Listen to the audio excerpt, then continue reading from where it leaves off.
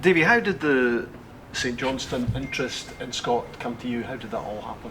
It was last week. We were just about to get into a board meeting, and Graham got a call. It was all done above board, and they requested permission to speak to the manager. So these things happen in football, don't they? So yeah, they did it the right way.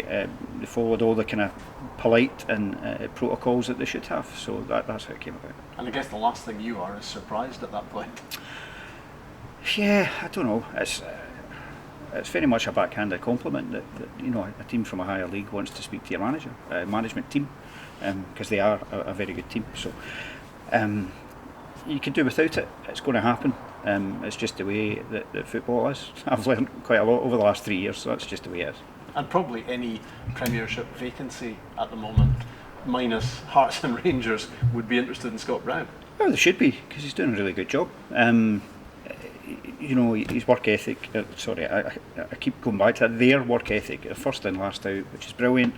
They go about their day-to-day work with a bit of humour, but there's a line, and I read a stat this week that we're 6 months unbeaten here in the league, which I found quite surprising, to be honest. But if you're setting that kind of stats, then you're going to attract interest. So I probably shouldn't have been surprised.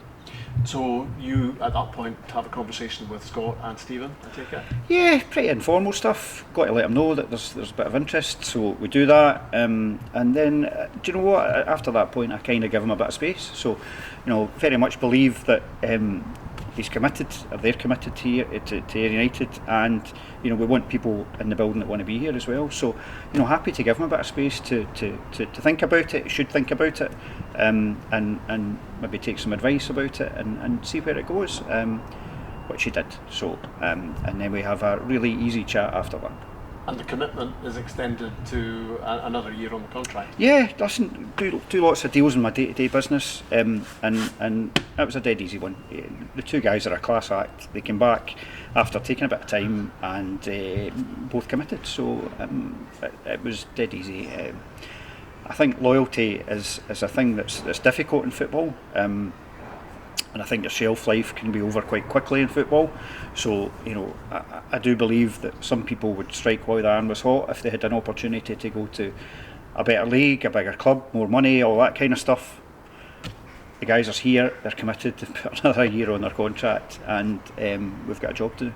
And you're realistic enough to think that there may well be an offer sooner or later that for them is too good to refuse?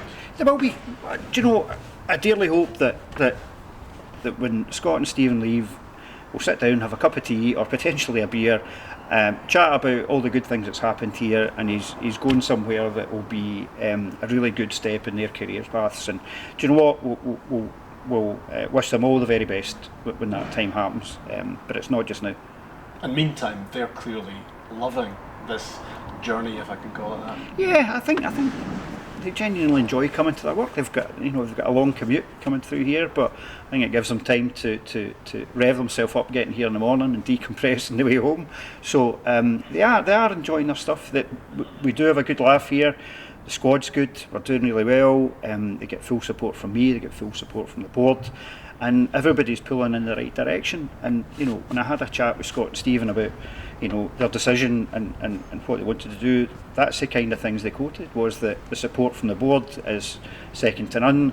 They love coming to their work, and that everybody's pulling in the right direction, which I think is probably fairly unusual in most clubs.